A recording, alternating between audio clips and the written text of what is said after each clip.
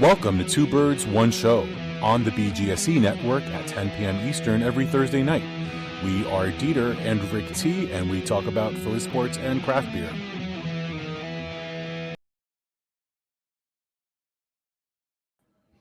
Hey, how's it going out there? This is Two Birds, One Show. I'm DeeTer. That's my buddy Ricky. Yo, save the bees.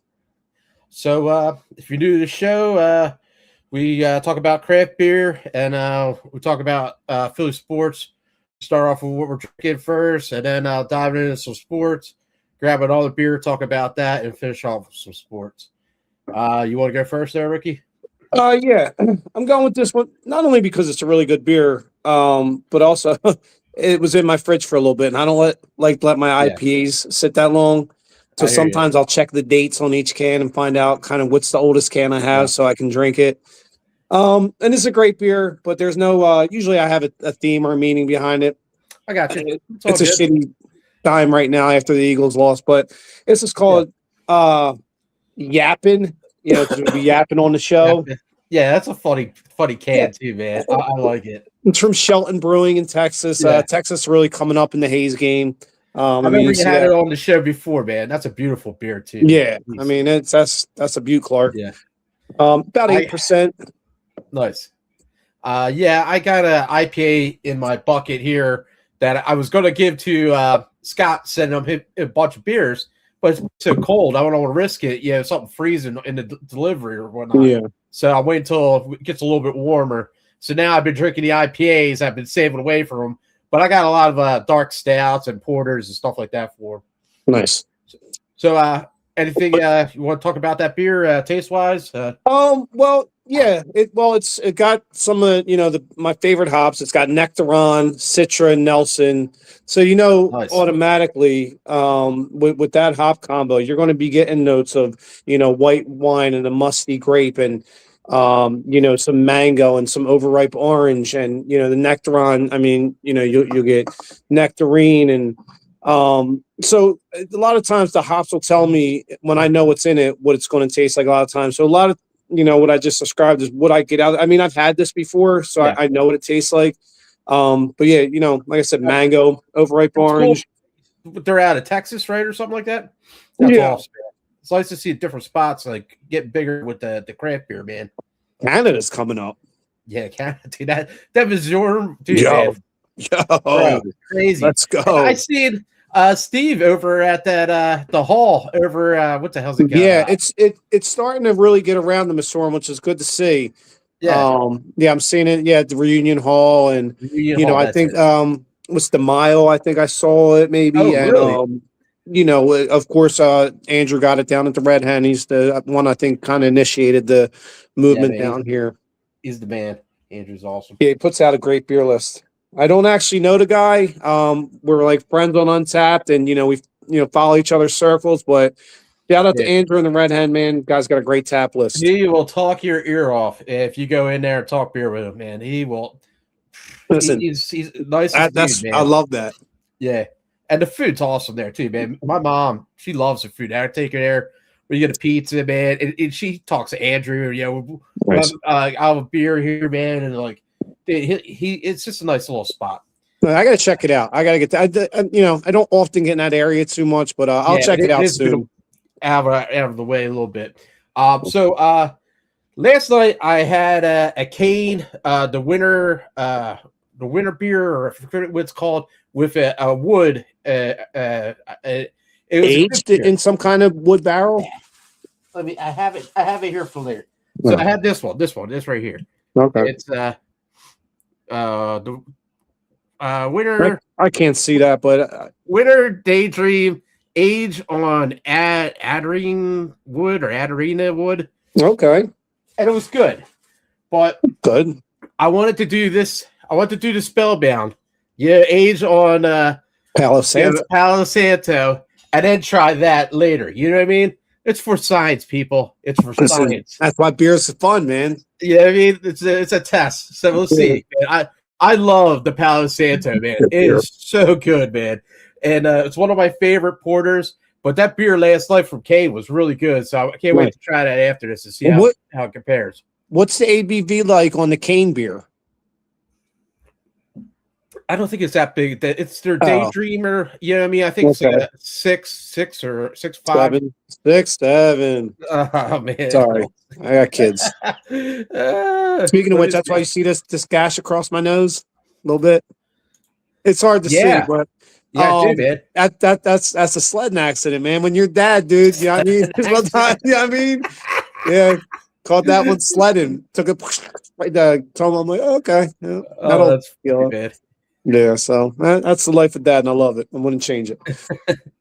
It's in Bruna Winter Daydream. That's in Bruna, and that is it's 8% Bach, German Bach. Oh, nice. But dude, being a Bach, it goes down so good. But man, this porter, I'm a big fan of Bach beers, dude. I've been really getting into like the dark checks, the Bachs, the darker lagers, man. Schwartz beers have always been one of my favorites besides IPAs. I'm always been a huge fan. But if you haven't had this Palo Santo porter by Spellbound, it's delicious. It's aged on Palo Santo wood, and it gives us this real earthy, almost like a dark chocolate coconut taste to it. Yeah, it's amazing when you get out of the wood from it. Yeah, and the Palo Santo, actually, I went and did some reading on it a while back. In a lot of Southwest tribes or Native American tribes, it's believed that Palo Santo, has certain healing properties or different good energy properties. It's a very important thing in some cultures, and the flavor too. Like you said, you get notes of some coconut, and Dogfish that started it first, right? They started with the Palo Santo wood. Did they start it? Yeah, I believe they did. Santo Moran or whatever it is, Palo Moran. Yeah. I think it's like a really dense wood, what I've heard, or something like that. Oh, is it? Okay. Yeah, it's a great beer. And shout out! I just got a keg of it myself at my place. Shout out to John, the owner of Spellbound, for dropping it off and hooking me up with some cans. I was bringing that last week. I think after the show. So nice. Yeah, but I would try to promote Jersey beer. So Spellbound, Kane, great places, man. Check them out. Oh man. So usually after we introduce our beers, we have a segment of the show just real quick to get the ball rolling called "What Are We Doing?" Okay. What are we doing, guys? What are we doing now? I got 4 words this time. And I'm about to turn into 6 words. What the fuck are we doing? Whoa. Serious times now. You see the shirt I'm wearing? I wear it all the time. It's my Jeff Stoutland University shirt. Let's get out the door. Probably the best offensive line coach in NFL history. You're talking about a guy who's been here for 13 years under 3 different coaching regimes, has been to 3 Super Bowls, won 2 of them. You're talking about a guy who helped develop 3 probable Hall of Famers and maybe 4 or 5 in Jason Peters, Jason Kelsey, and Lane Johnson. You're talking about this guy put 26 offensive linemen in the Pro Bowl, 5 All-Pro. You're talking about some of the best seasons of their careers out of DeAndre Swift and Miles Sanders. And let's not forget Saquon Barkley with the best rushing season in Eagles history for 2,000 yards under Jeff Stoutland. And Mailata too, man. Like, he's an awesome lineman. Look, dude. I was leading into that. Think about that. Jeff Stoutland took a kid from Australia that, by the way, is 6'8", 360 pounds, and was a rugby player. Didn't even know how to wear shoulder pads. He brought him in here. He's now one of the best left tackles in the league. And this is a guy you let get out the door, Howie. What are we doing? What are we doing? They said that he retired. Did he retire? Is he looking for something else? You think he's looking for something else? I tried to gather the whole backstory. Here's what happened. Okay. So during last season, never really came out too much. So Jeff Stoutland was not only the offensive line coach, he was the run game coordinator for the last, I think, 8 years. Mid-season, quietly, they stripped him of his run game coordinator duties and let him just be O-line coach. And Kevin Patullo, who, God bless him, this guy couldn't scheme his way out of a paper bag. You're taking the run game organization plan from Jeff Stoutland to do it yourself. By the way, Patullo lost his job. So mid-season, from what I understand, he did that. And all season, Jeff Stoutland felt very disrespected. Okay. And he resigned as Eagles He didn't retire. Now, and I don't know if you listen closely, when he did his little presser yesterday, he thanked the fans. He was you notice the one thing he didn't thank was the organization. Yeah. There's you could tell this dude's angry. I mean, listen, you took your single best positional coach and made it so he wanted to fucking leave. What are we doing? What are we doing? This guy's the best positional coach in Eagles history. Let me say that again. The best positional coach in Eagles history. He came in under Chip Kelly, right? He came in with Chip, and then he was with Doug, and then he was with Nick. Yeah. And you know who he was with before Chip? Who's that? Alabama with Nicky Saban. Oh, yeah. Wow. Yeah, you're talking probably the best O-line coach in NFL history, and you let him get out the door because you pissed him off and you disrespected him. What are we doing? What's going on over there? I don't know, man. But this stinks to the high heavens, bro. What are we doing? What are we doing? What are we doing? What are we doing? I want to get into this because, like, with that going on, and with the little bit of thing with Vangio and everything. Like, thank God he didn't. He just announced today he's coming back for this year. He just announced today. Thank God. I just don't understand, like, what's this organization thinking, man? Like, how are you not locking down your guys for next year? Like, this doesn't make any sense, man. Something stinks to the high heavens, man, and I don't know what it is, but I think we're going to remember this day. Listen, Jeff Stoutland University. Best, I'm a huge O-line, D-line guy. It's built in the trenches. It's the best O-line coach probably in NFL history. Who do you think is, the reason behind this? You think it's Nick, or you think it's above Nick? It seems like Nick and Patullo went and stripped the duties of run game coordinator, from what I understand. Now, I don't know for sure, but that's kind of what I've been rumored to hear. Well, if anybody's watching, by the way, or tell us what you're drinking, sipping on, smoking, whatever, or just drinking water. You join in please feel free to comment and join the show. It helps our algorithm. I mean, listen, you just lost the best offensive line coach in football. Are you a better team now than you were yesterday? Unequivocally, no. No, you're not. And thank God Fangio didn't retire, dude. If that would have happened to that, I'd have been like, I'm going. I know, man, but he doesn't sound like he's happy. You know what I mean? Like, I don't know. I think it's AJ, man. I do. I think one bad apple spoils the whole. I do. I think he just brings a negative vibe to the whole. You got to get that fucking dude out of here. I bet shit gets a lot brighter and happier when he's gone. It's like having T.O. in house. You got to get him the fuck out of here, dude. Man. Well, anything else with the Eagles while we're talking on the subject? Yeah. Well, speaking of which, of Stoutland stepping down, they hired his replacement today. Ryan hired him. Wow. Yeah, Ryan Mahaffey, who worked in Green Bay behind now offensive coordinator Sean Mannion. They worked together in Green Bay. He's now the run game coordinator and our tight ends coach. I don't know a ton about Ryan Mahaffey. I know he used to be a fullback in the NFL way back in the day. He's been with Mannion in Green Bay. I think he's been in Green Bay for a little bit. That's a good offensive system they come from. That's a good O-line in Green Bay too, and a really good running back and running game. So it's not like he's coming from some destitute garbage program. At least where they're coming from has a really good rushing program. They're a playoff team, man. Like, right, and listen, their running back is a stud. The last 3 years, and that's been they got a really good O-line over the last 5 to 7 years as well. They developed that really well, like the Eagles do. Did you catch any of the Pro Bowl, dude? I watched a little. Yeah, I watched. Oh my God, dude! I know. It was nice to see like some of the Eagles guys like. You saw Coop got an interception. Cooper, my boy. But dude, they had to stop. Just stop, man. What else were you going to watch last night? There was something else I watched. I didn't watch that. But that's what I'm saying. It's not like you're really, I'd rather watch that than fucking. Was it the Sixers or something? Something was all last night. Well, but that didn't come on till 10:00, and the Sixers are out west. And speaking of which, when we get off the show tonight, Sixers Lakers that start at 10 tonight. Oh, nice. Yeah. By the way, it's a nice transition. Sixers Flyers play last night too, or something. Flyers play tonight. That's what I think I watched the Flyers or something like that. Well, the Flyers were off last night. They were all playing. Who the hell? Yeah, they played tonight.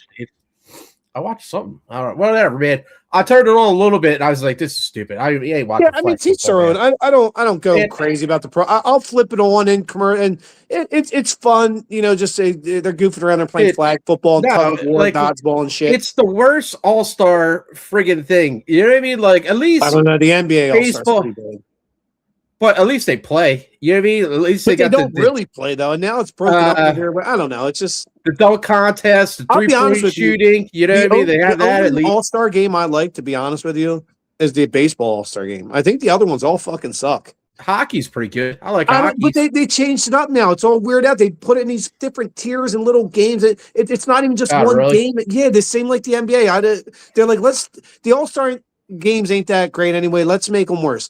And but be honest, back in the day, they're great. In the 90s, when you had Jordan and Bart and Shaq, everybody played.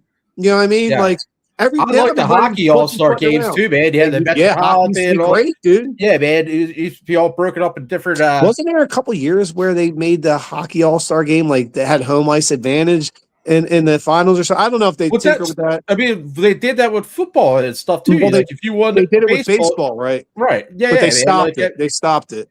It's just making it worse and worse, man. And like, I really don't care to watch these professional football players play flag football, man. Right. I wouldn't mind the all-star games if they just made it like they did in the 90s. Hey, we're just putting on the best players. You can go play one game. It's not all weirded out with a bunch of fucking foo-foo shit going on. Just go play all the best players, you know, like a regular game. You know what I mean? But you look at like how it used to be and then compare it to like now. And it's like, well, these guys like broke records in the Pro Bowl games and like all-star games and stuff like that. And now you have them playing flag football. Yeah, well, I mean, like, it doesn't make any sense. I know, man. It's not. It don't make no sense. As Christopher Walken would say, it ain't any kind of fun. Oh my god, dude, it's weird. So yeah, it is. But you know, like I said, it was something I flipped on here and there. I don't know what I was watching either last night. It probably goofy shit like UFO programs and shit on History Channel. I don't know. But I flipped it on here and there. I saw Jalen playing a little bit. I think I saw him throw a touchdown. Cooper DeJean got an interception, so that's cool. I watched idiot moronic Micah Parsons cart himself around on a little go-kart. Just like, dude, you ain't in the game. Just go the fuck away, dude. You were annoying enough during the regular season, and he was ultra annoying late. I mean, just go away, dude. This is a new Michael Irvin, the most annoying player in the league. Seriously, dude. I wish you just be quiet, dude. Yeah. Well, I was hearing it on the radio and stuff. People are complaining all about it. They're just saying like how much garbage it was. It's like not even funny. Philly loves the bitch.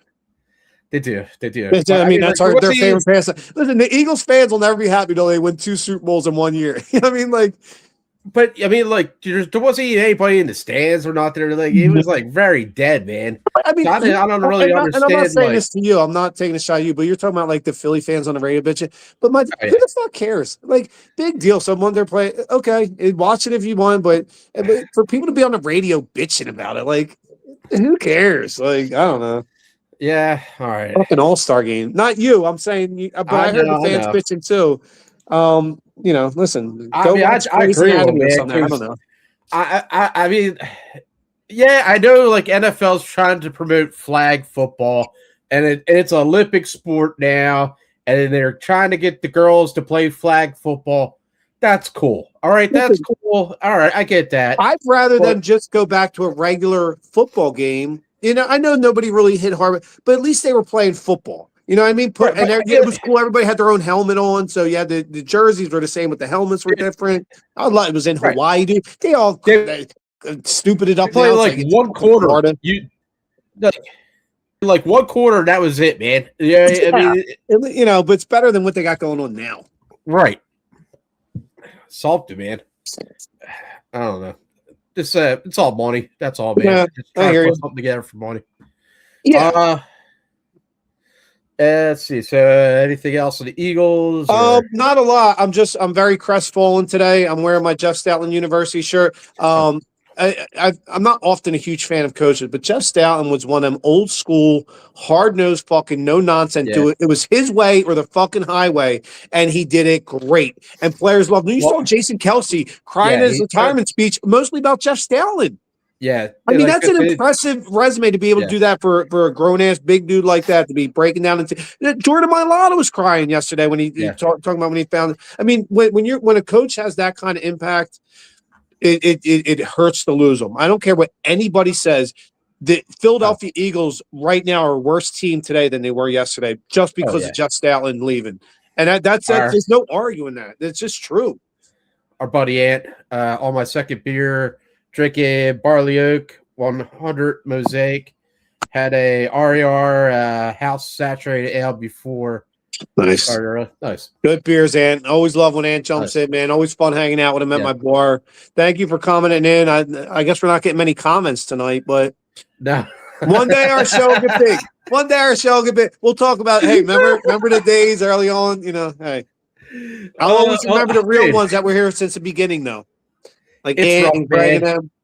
It's rough. After the Eagles lose, it's like, it's the Super Bowl this weekend. I mean, nobody really wants to talk about the Pats or the Seahawks. I mean, this is therapy for me. I need to get this shit out, man. This is the fucking, this is my therapy session every week. Because the Philadelphia sports, they'll drive you up a fucking wall. Mm-hmm. They got Jeff Stoutland leaving the fucking Eagles today behind some fucking cuckoo shit. Because they're over there stripping his title from. You're talking about if he would have just retired. I'm like, I get it, man. You're older, but the way it happened, you so disrespected this man that he said, "Fuck you, I'm leaving." I mean, what's going on over there? And I love Sirianni, my favorite head coach ever, but what's going on over there? Dude, it ain't good, man. I don't know. I don't know. I don't want to say that. I mean, it's doom and gloom as everybody's like, Eagles had an off season. If an off season means winning 11 games and getting into the playoffs, that's an off season. Ain't that bad. Right. But it wasn't the team that we were used to. They're not running the ball. The line wasn't there. It was 8-8, man. Right. And the line was banged up. I think the offensive line being hurt was the biggest thing. Yeah. And it's just we're starting off on a bad foot. I would like to say, but we don't know. Who knows? Maybe it might turn around, be good. But I feel like if you follow the Eagles' pattern since Sirianni started, it's playoff season, losing the first round, go to the Super Bowl. Playoff season, losing the first round, go to the Super Bowl. Playoff season, losing the first round. That means we're going to the Super Bowl next year, dude. This is fucking great thing. For this year, next season. It's so hard to get an offense coordinator and the offense coaches to work well because you have Nick Sirianni, right? And then above him, you have Howie. You got these guys that are trying to control the team. But I ask you something? They don't let these guys, the offense coordinator, do their thing, man. So it's so strange, man. Can I ask you something? And this is the first I'm putting it out there. I didn't even put on my buddy's podcast, but maybe I'm way off. I know I'm a conspiracy theorist on all shit in life. But you got Mannion coming in, and his passing game coordinator. Now he brings his boy over, as run game coordinator from Green. Do you think quietly this is the beginning of a coup? You know what I mean? Where eventually Mannion's going to try to take Sirianni's shot. Maybe Howie behind the scene is orchestrating this shit. Probably not, but it seems like, look, if you got one of the best coaches of all time stepping away on his own saying, fuck you, something's going on, man. Something stinks at a high heaven. I know I'm joking what I just said, the conspiracy theory, but something seems like it's going on right now over there. Something's toxic. I don't know. Maybe it's just AJ. Maybe you just got to get him the fuck out of there. I don't think AJ is to blame for this mess, dude. Is he toxic? Yes, he is. But this goes above him, man. No, you're right. I'm just being facetious, but I'm just saying it's just. And no matter what happens, and you got Vic Fangio almost getting ready to retire. He was like, "Well, I want to leave." So, is everybody not happy over there? We just won Super Bowl last year. It's. I think it's tough for them because no matter what they do, they still have somebody tugging them back on their their heels. Nick, they don't have control. Is what's going on. You know what I mean? You're telling your offense coordinator to do this or that. Yeah, he's got to make the plays, man. Same thing with the defense. I don't know, man. You have to have faith in the people that you're hiring. Well, that's it.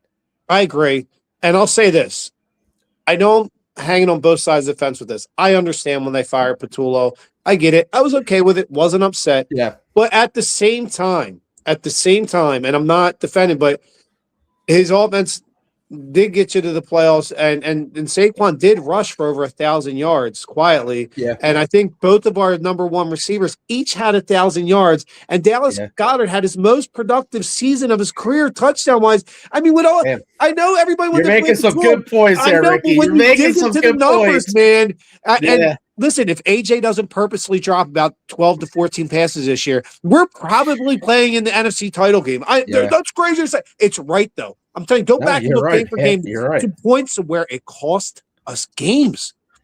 Regular season probably cost us 2 games and it cost us again in playoffs. You don't think a dropped pass on purpose, whether it be for a touchdown or first down and major points of game, affects it does. And that motherfucker was, I'm telling you, dude, I know a fucking rat when I smell one. And I smell one. You're right, man. Like, I mean, if AJ would have caught those passes, man, we'd be talking different right now. You got it.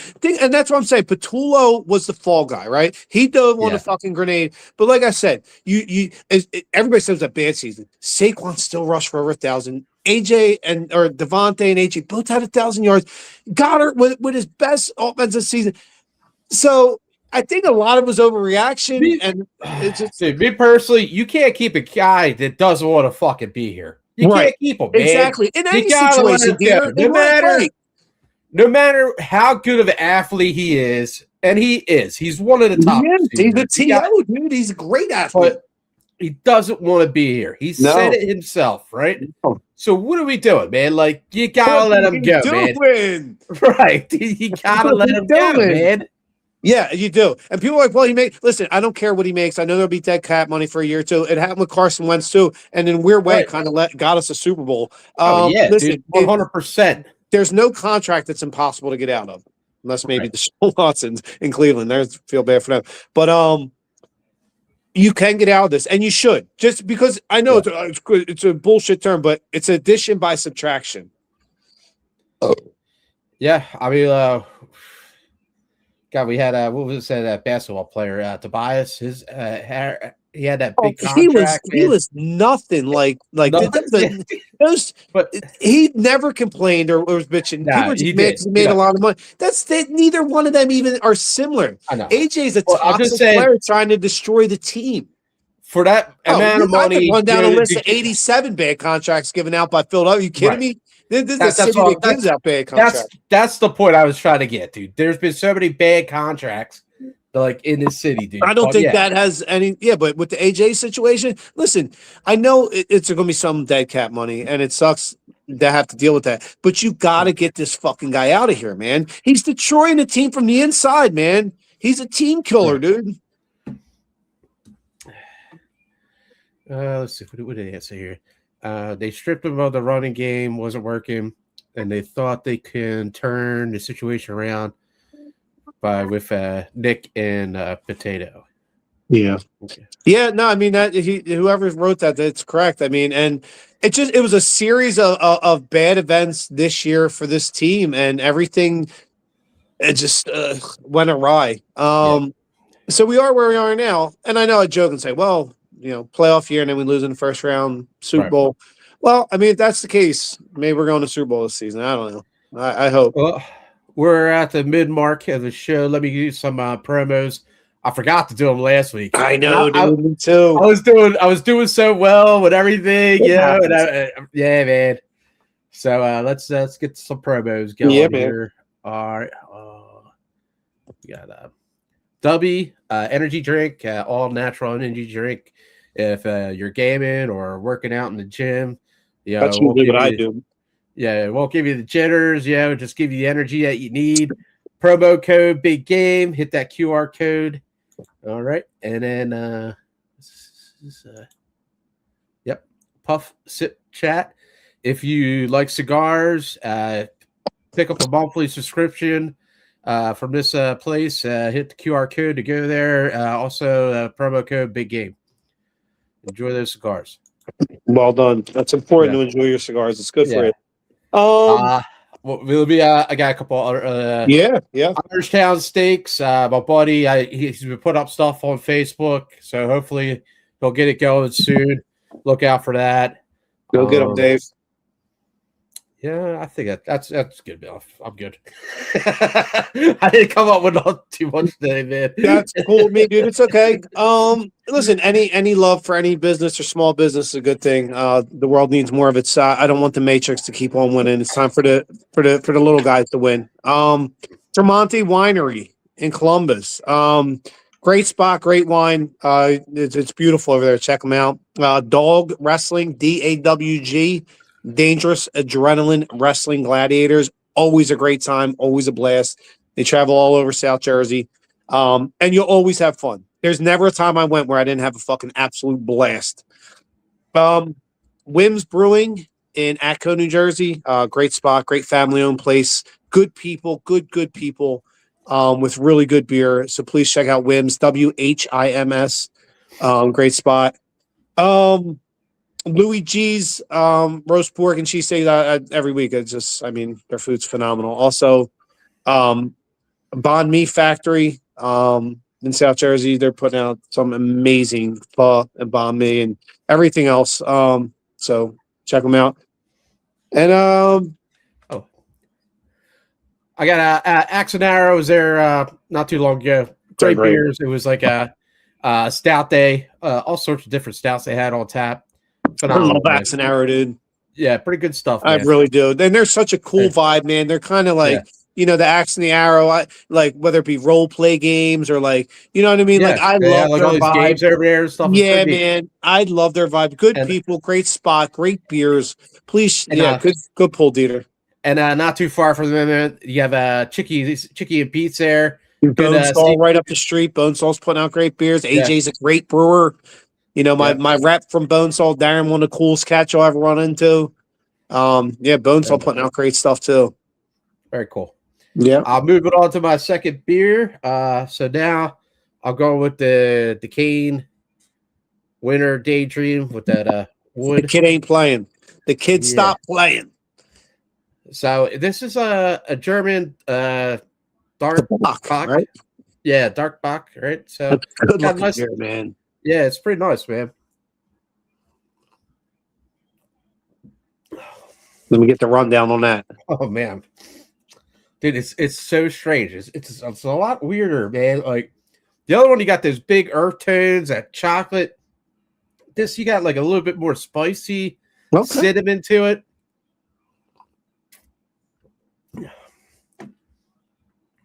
God, it's fucking good, dude.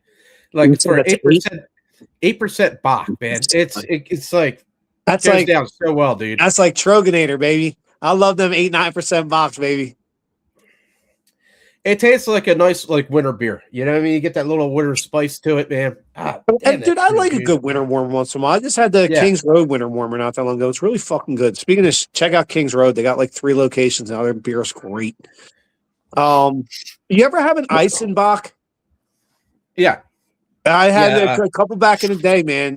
The original, what you like to call the Dogfish 120s, the high ABV where they keep freezing it, taking the ice off, and just letting the concentrated ABV, dude. They're good beers, but Eisenbachs, they're usually upwards of 16, 18, 20 something percent. And they're sneaky, man. Because you don't think they're that heavy, man. Winter beers, they're crazy, man. But yeah, man, this is really good. Thank you, Matt, for Bobcat. I seen this on the Cane's Instagram, and I said it to Matt. I was like, "Yo, try to get this, man." And he did. And once he got it, he texted me. He's like, "Yo, I got it. Yeah, come by, pick it up." And great. Yeah, it's nice to have friends like that. You know? Amen to that, kid. Beer friends are always good friends. I was gonna say, fuck, my 420's kicking in. I'm gonna go get a second beer. There you go. Well, appreciate it, man. And like he said, dude, he couldn't wait to try it too because he said he read the description of it. He's like, man, that does sound good. Oh, yeah. But yeah, last time I was in Kane, man, I was really impressed, man. They had a lot of good beers, and they had they always do. Oh, what was that one beer they had on the hand pump, dude? They had I think they had Head High on a hand pump. Oh, nice. And it gave it such a good taste to it, man, like a bigger body. And you wouldn't have thought that, you know what I mean? Like having Head High on a hand pump, but It worked, man. It was delicious.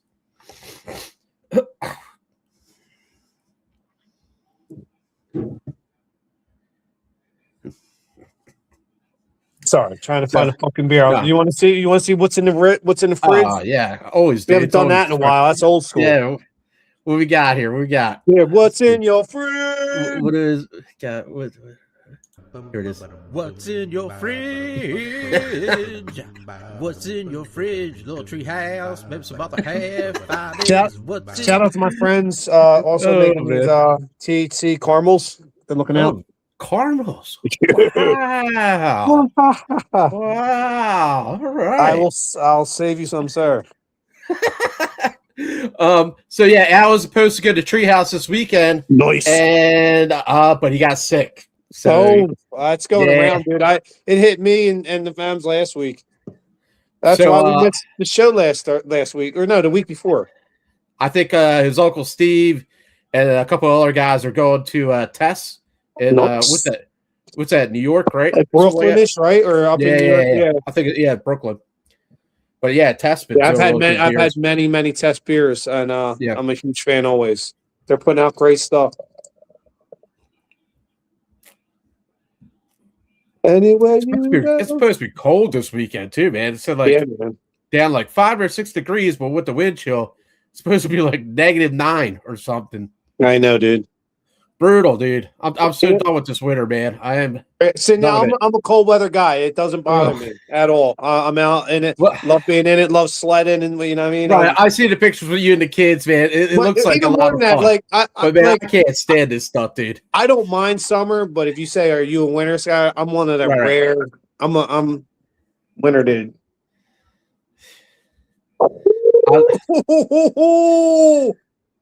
Now I love winter. I love winter sports. I love football, wrestling, basketball, hockey.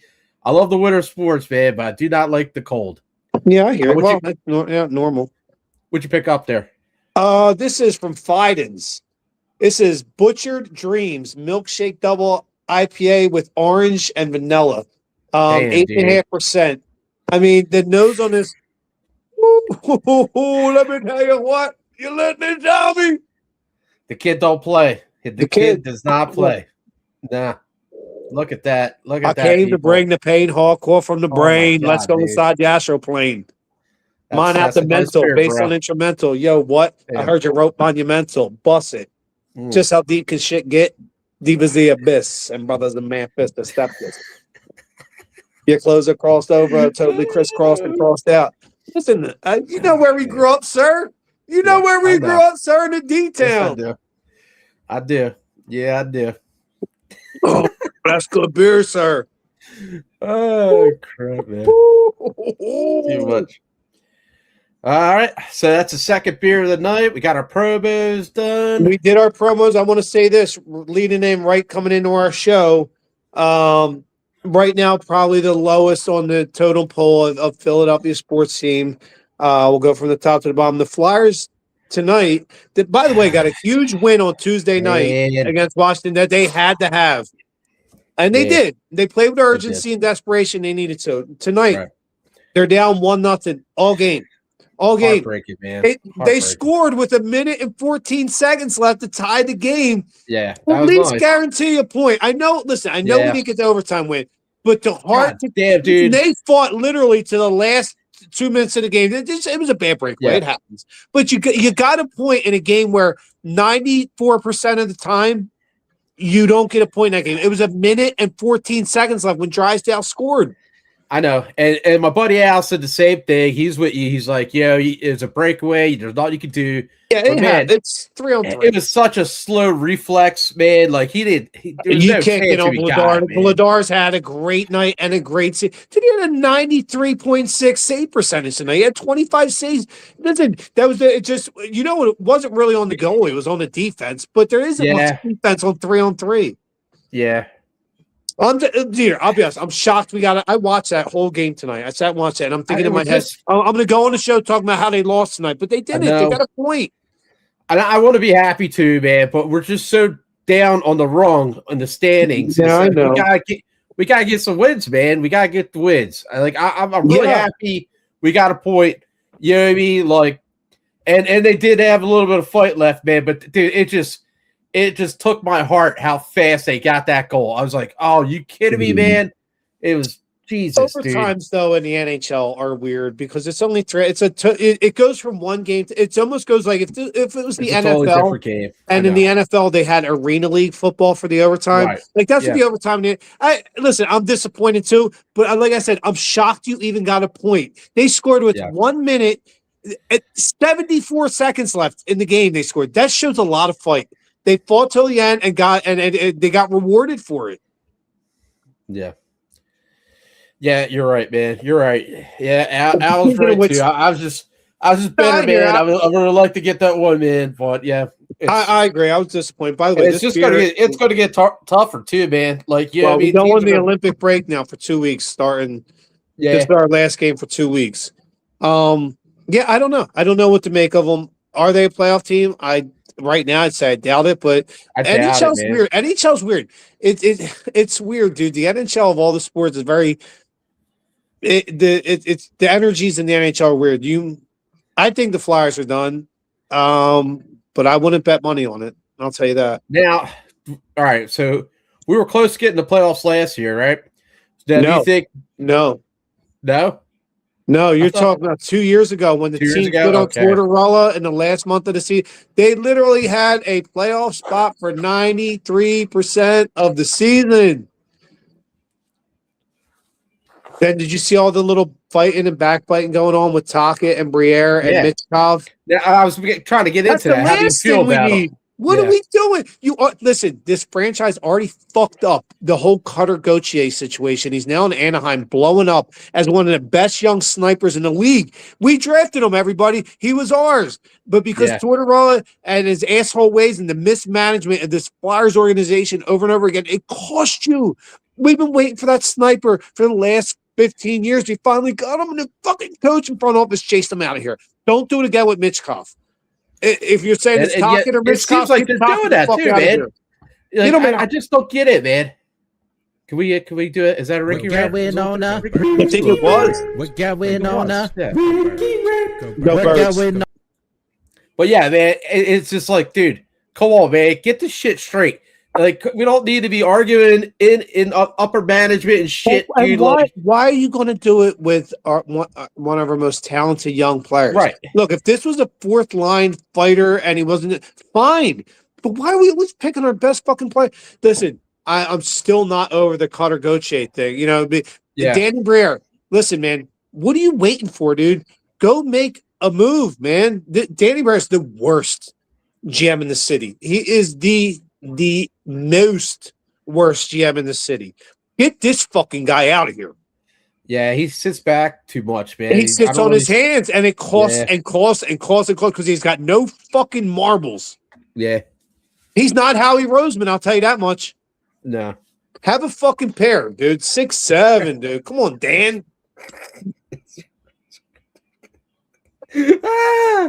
Oh, Jesus. This Christ, fucking guy. Get him the fuck out of here. No offense, but he's a pussy, dude. Get him out of here. Yeah. I would agree with you on that one. Anything else on the Flyers? Not too much on the Flyers. Like I said, it was they shockingly got a point tonight, which is huge. You needed to do something these last two games in Washington and Ottawa, and you got 3 out of 4 points right as you're going into the Olympic break for 2 weeks. Listen, guys, find a way in this. You're getting a little 2-week winter break. Man up. Figure it out and man the fuck up and get your shit together in the second half. Dan, dude, stop being a pussy, dude. Be aggressive, man. Listen, fortune favors the bold, dude. And you sit back and just let it happen to you. Man the fuck up, Dan. Go make some moves, make some bold moves. Right. Ant says, what are we doing with the trading of McCain? Have we talked about that? I was just about to lead in. I was going to, lead into that. Yeah. No, let me hear his comment. Well, that's what he said. What are we doing about that? I tried to put up a poll tonight for that. Was it a good decision or not? But something happened, man. It did go through my Instagram. I don't know how the whole intranets work still, to be honest with you. I'm still figuring it all out, people. I don't know. But yeah, it would have been nice. So, yeah, we traded Jared McCain today to OKC, defending champion, for a first-round pick. This year, it was from the Rockets, through the Rockets, and then 3 second-round picks. Listen, I know McCain didn't have a spot here because you have Maxey and Edge coming in the backcourt. There's not much playing time for him. He kept getting hurt. Yes, I was a little upset too, and I hear people getting upset. Hey, maybe he develops it and blows up because maybe. Yeah, dude, but it just didn't seem like it was here. Just because I don't think he had a spot. I want him to see. I love Jared McCain. I love his energy, dude. I do. He's got a good energy. He's a good kid, man. We need more of that in this city. Just that good vibes and good energy. And he had it. And people flocked him. You might have the rookie of the year, with VJ, and then you have Maxey. So I mean, how could you fit him in? Really, you know what I mean? Like, and we need more of a defense and maybe a guy down by the basket a little bit more. Well, but with that being said, a lot that had to do with that trade. It did free up a spot. We also traded Eric Gordon. I don't know if anybody's paid attention. He was like the 9th man on the bench, veteran with a big contract, for a 2032, a pick 6 years from now in the second round. What that really does, it creates the ability for the 76ers to complete the conversion to get Dominic Barlow from a two-way player to a full-time player, which actually just happened a couple hours ago. Now Dominic Barlow is a full member of the team, and I like it. The kid's a good young player. He's got good length. You can play down low in the blocks.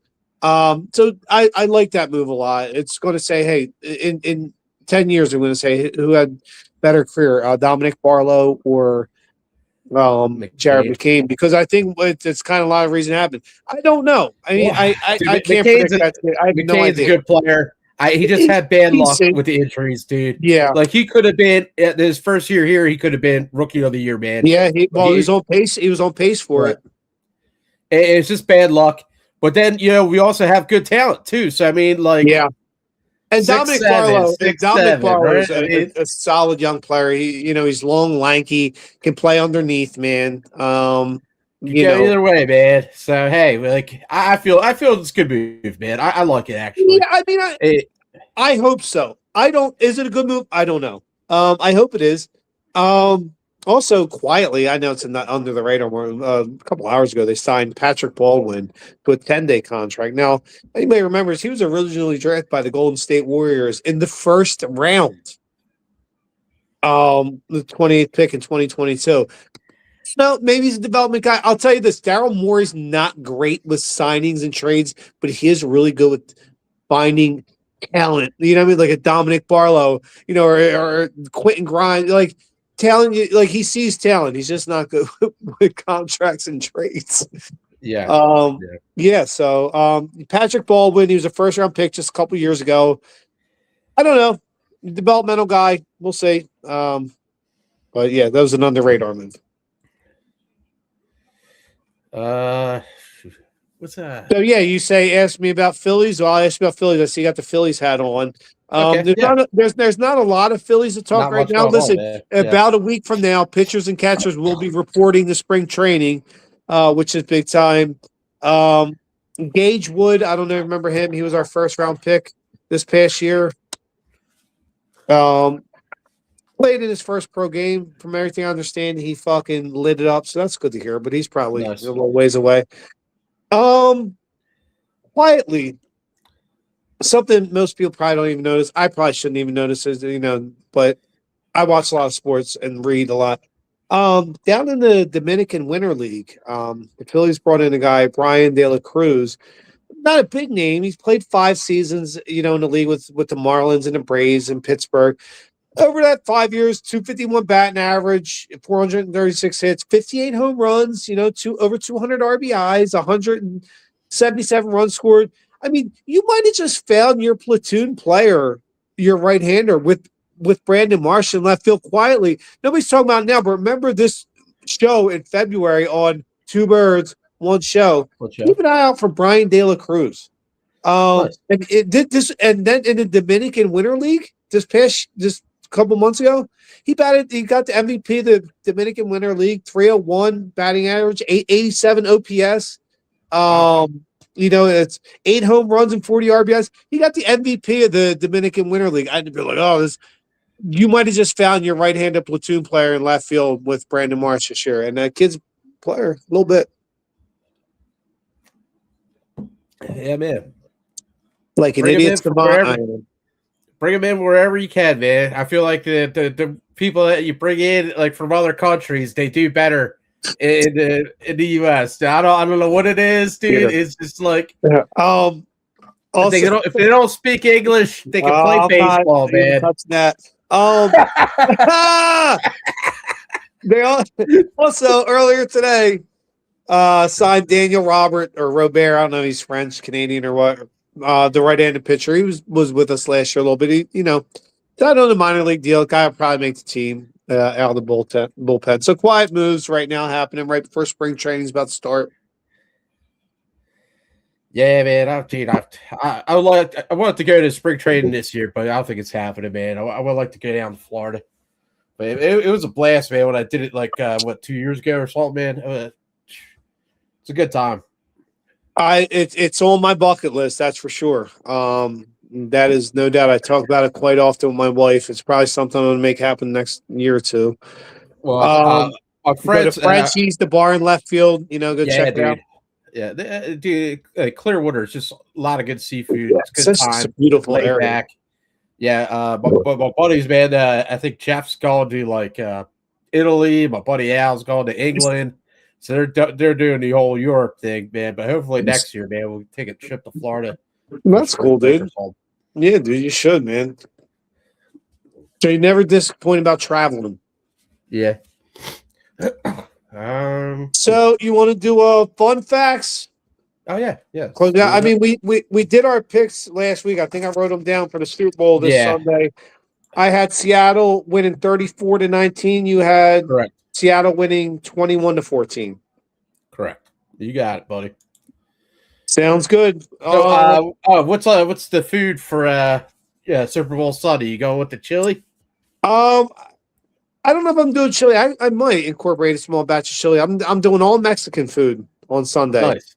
Yeah, got a bunch of tacos and maybe I'll do the chili. I don't know. I'm gonna do I think my brother's ordering wings from the place in Gloucester. Nice. What's Holy City Public House? Nice. Yeah. So he was talking about that. So that's cool. What are you doing? You going to your brother's for the game? Yeah. Nice. Yeah, it's his son Jamie's birthday around that time. So I'll probably chill home with the fam. Make a whole bunch of food. The boys will probably watch it with me early on and get uninterested, but pop back in for the commercials. Eat a bunch of food. I've worked the next morning, so I probably won't drink. If I do, it'll probably be like a beer or so. But maybe your old boy's doing pretty good at the wrestling, huh, man? We just finished off the season the other day. So he's well. Done. Yeah, and actually moved up a weight class last weekend and did well. So, Jersey State, I think, in March or something like that, and he usually televise it on the local sports, man. That's always good to watch, man. Yeah, I'm definitely getting more and more into it. So you want to do fun facts? Yeah, let's do it. Shit. All right. Since it's Super Bowl week, I figured I would do mostly Super Bowl fun facts. I mean, why not? What other week would I do Super Bowl fun facts? During the World Series? Wait 1 second. I got a call. Ant said he's doing a Puerto Rican food in honor of Bad Bunny. That's good. So Super Bowl fun facts. I was hoping you were going to do this, dude. I was hoping this is going to be good. I do fun facts every week. I know. I love it. I look forward to it. So I'm going to do Super Bowl fun facts this week. All right. Youngest quarterback ever to start a Super Bowl. Any guesses, real quick? Youngest quarterback to ever start a Super Bowl. Nah, I don't know. I could tell you. It was Dan Marino. He was 23. He was 23 years old on 127 days. And by the way, just a quick fun fact that's not really the same. Drake May, who's about to play on this Sunday for the Patriots, same age as Dan Marino, 23 years old. But he was 35 days older than Marino. Dan Marino? Oh, wow. So Drake May almost got the record, but he's 35 days older than Marino was. Fun fact. Hey, man. I like the kid. He's a good quarterback, but I do not want to see the Patriots win. The youngest quarterback ever to win a Super Bowl as a starter. Not to start the game, but to win as a starter. Big Ben Roethlisberger for the Pittsburgh Steelers at 23 years old and 340 days. 23 is the lucky number, I guess, huh? Yeah, if you're trying to win fucking Super Bowls. Well, unless you're fucking Dan Marino, because he didn't win one. He never won one. That's three of them, right? They're 23. Yeah. Well, yeah, Marino lost, Roethlisberger won, and Drake May plays on Sunday. So we'll see. It'll be the tiebreaker. Everybody, if you're watching the game for any reason, for that reason, watch the game. Just kidding. The highest completion percentage ever in a Super Bowl game was that bitch-ass Phil Simms for the Giants. 88%. He went 22 of 25. 22, 20. Wow, that's pretty good, man. Yeah.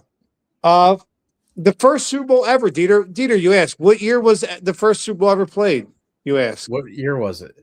It was 1967. And you say, who played and who won? Well, in 1967, for the very first Super Bowl, the Packers beat the Chiefs 35-10. Huh. Okay. First of two Super Bowls in a row for the Packers. Interesting. And then the Chiefs would end up winning Super Bowl III. So two teams won the three Super Bowls, first three Super Bowls. Fun facts. The most Super Bowl wins by any franchise is tied at 6 Super Bowls with New England and Pittsburgh. Fun fact. The highest TV ratings. No, I'm going to save that one. Most passing yards in a single Super Bowl game. Can you guess? Most passing yards? In one Super Bowl game by one quarterback. 300 and... No. Okay, but who do you think did it? Oh, shit, dude.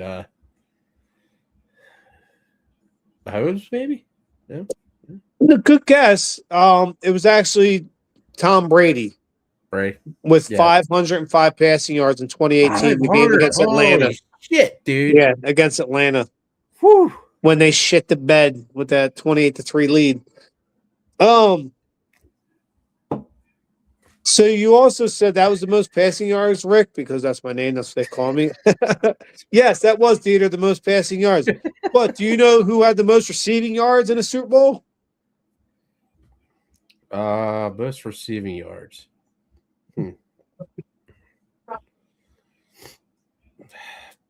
Patriots? No, by one player. What player? No, I don't know. I think Joey Montana. One player who has the most receiving yards in a single Super Bowl. JJ Bird? No. He was on JJ Bird. Jerry Rice.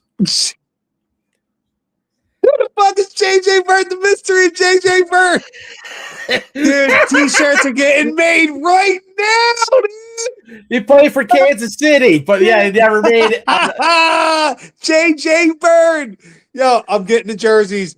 Listen, whoever does not win our final bet this year for football has to get a jersey made for this year with JJ Bird on the back. Yeah, no, it was Jerry Rice. Jerry Rice, that would have been a better guess. He had 215 yards on 11 catches in 1989. You also say who had the most rushing yards in a Super Bowl? God, I'm fucking hurting, dude. Because most receiving yards was Jerry Rice, a.k.a. J.J. Bird. Most rushing yards, Who do you think did that? Most rushing yards In a Super Bowl. In a Super Bowl. Yeah,